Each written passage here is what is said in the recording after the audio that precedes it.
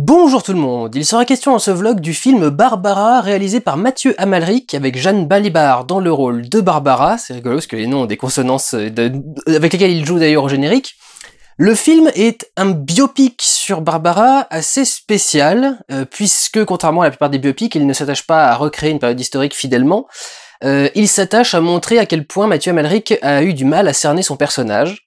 Il dit dans une scène que à chaque fois qu'on lui parlait de Barbara, il avait l'impression d'entendre une femme différente. Face donc à l'impossibilité pour lui de cerner son personnage, il a décidé de faire un film pour montrer les multiples facettes du personnage et à quel point elle était compliquée à gérer, en nous montrant dans son film la réalisation d'un film. Il y a donc une mise en abîme, il y a un film dans le film Barbara est l'histoire de la réalisation d'un film sur Barbara. On suit un réalisateur joué par Mathieu Amalric et une actrice jouée par Jeanne Balibar, qui tous les deux travaillent à mettre en scène le film et à comprendre le personnage. Le style d'exercice est spécial parce qu'au final, le but est un peu de ne rien dire, puisque l'idée c'est ça, l'idée c'est de dire j'ai pas réussi à avoir de conclusion définitive, j'arrive pas à cerner ce personnage parce que elle fantasme tellement sa vie et elle a tellement il y a tellement de choses autour d'elle que j'ai du mal à démêler le vrai du faux. Donc au final, je sais pas trop et je vous montre un truc comme ça. Ce qui est pas, je dis pas que c'est mal, mais c'est vrai que en termes de proposition, du coup, c'est pas aussi satisfaisant qu'un biopic très clair et très machin avec les dates, les événements, les personnes importantes dans sa vie, etc., etc. Je dois dire qu'en termes de style également, il y a eu, avec du recul, c'est vrai qu'il y a beaucoup d'images d'archives de Barbara qui sont montrées dans le film, mais en fait elles viennent toutes à peu près du même film, qui est un documentaire qui a été réalisé sur elle dans les années 70, où on la suivait pendant une de ses tournées. Le film également, le film dans le film suit le personnage de Barbara dans une de ses tournées. Et il y a presque un exercice de reconstitution de ce documentaire, qui est extrêmement bien mené, mais qui du coup est une reconstitution documentaire plutôt qu'une proposition complète de scène. C'est le fait est que l'actrice joue Barbara à merveille, elle est bluffante. Enfin, du coup, il en profite comme un saligo pour couper constamment entre le documentaire, le vrai documentaire, et l'image de reconstitution qu'il a fait lui sur son plateau. Est-ce que on arrive à peine à cerner la différence, savoir si c'est l'une ou l'autre. Généralement, c'est le nez. J'espère qu'elle a pas de complexe avec son nez, l'actrice, mais Jeanne Balibar, mais généralement c'est le nez qui trahit que c'est pas c'est pas Barbara, mais que c'est Jeanne Balibar qui est à l'écran. Mais tout aussi réussi que soit l'imitation de Barbara et la représentation du travail autour de la création du film, ces scènes-là, et donc la plupart des scènes du film, parce que la plupart des scènes du film, même si elles sont pas tout le temps dans le documentaire, font écho à des scènes qui sont dans ce documentaire-là, la plupart des scènes du film sont des reconstitutions ou du « je sais pas ».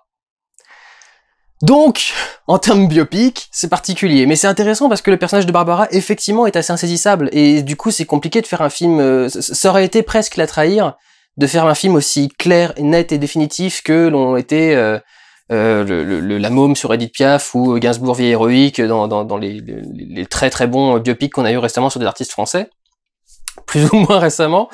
Il y a quelque chose de moins satisfaisant pour le spectateur, quelque part, et je dois admettre que si le film est pas très très long, il fait qu'1h38 je crois, générique inclus, donc il est vraiment pas très très long, je dois admettre qu'arrivé vers la fin, j'avais envie que ça se termine, parce que il nous montre une facette différente du personnage à chaque fois. Au bout d'un moment, on a à peu près compris autour de quoi tournait le personnage, et ça tombe bien, c'est à peu près à ce moment-là qu'il coupe, justement, mais je trouve que on arrivait quand même presque à un moment de lassitude.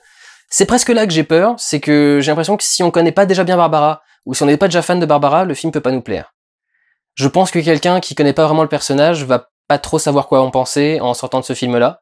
Moi, je trouve que j'adore Barbara, c'est ma mère qui écoutait beaucoup ça, et je l'écoutais ça m'a contaminé par je me suis retrouvé contaminé par le virus Barbara, et c'est vrai qu'il y a beaucoup de ces chansons que j'aime énormément, l'Aigle Noir, Göttingen, choses dans ce genre-là. Enfin, il y a c'est une chanteuse que j'aime beaucoup, et j'aime beaucoup son aura et son apparence, et c'est vrai que toute l'image de la longue dame brune et son style, ses plumes, tout le bordel. Enfin, vraiment, elle avait une image qui était très intéressante, très marquante.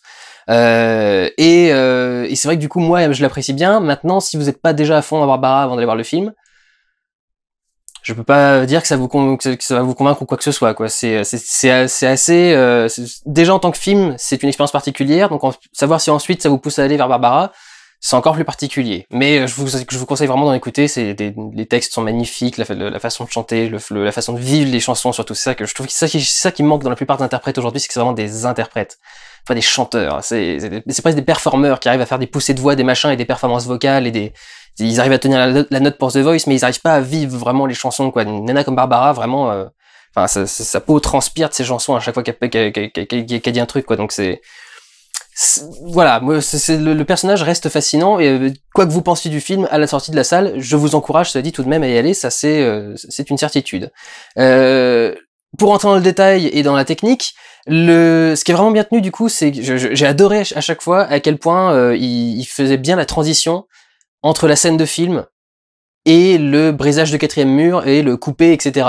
C'est-à-dire que vous rendez pas compte en fait, comme la plupart du temps, si vous êtes un spectateur lambda, vous vous rendez pas compte à quel point le cinéma se joue à des bouts de ficelle et vraiment que s'il y avait un millimètre de truc qui marchait pas dans le plan, l'illusion pourrait être complètement foirée.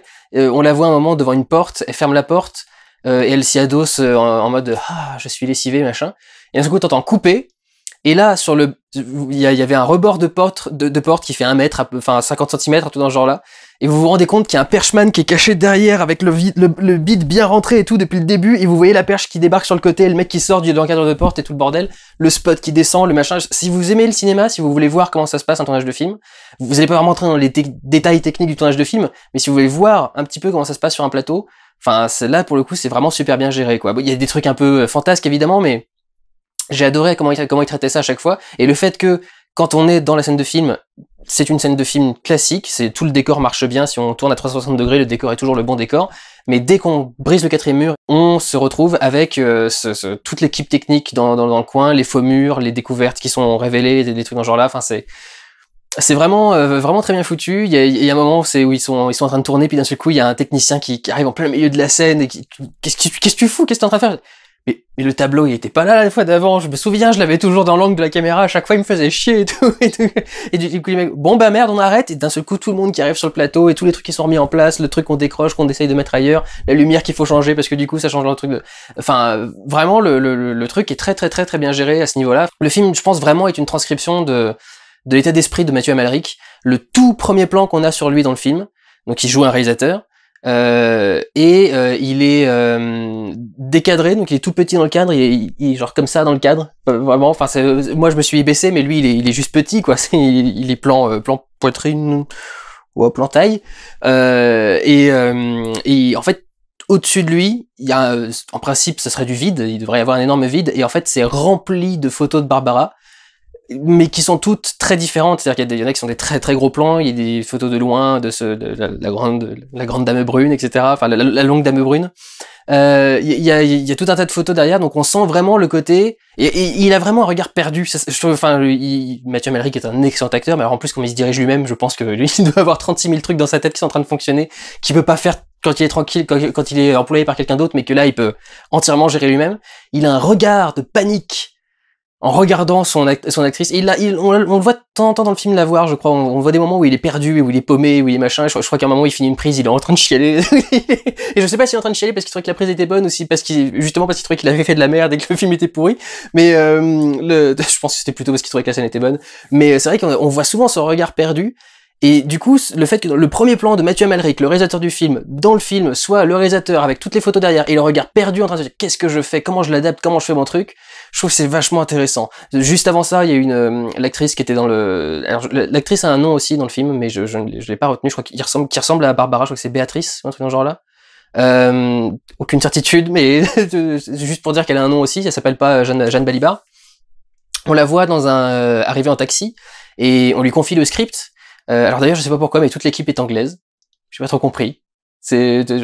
Pourquoi toute l'équipe de tournage est anglaise alors que ça se tourne à Paris et tout. Enfin, j'ai pas trop compris pourquoi, mais très bien, soit. Peut-être un accord financier pour avoir il essaye de dénoncer les accords financiers avec ça, qu'on met des intermittents étrangers pour avoir des bourses ou un truc, je sais pas. Lui d'ailleurs, avec tous les tournages qu'il fait en région, mon dieu, le nombre de trucs qu'il doit avoir.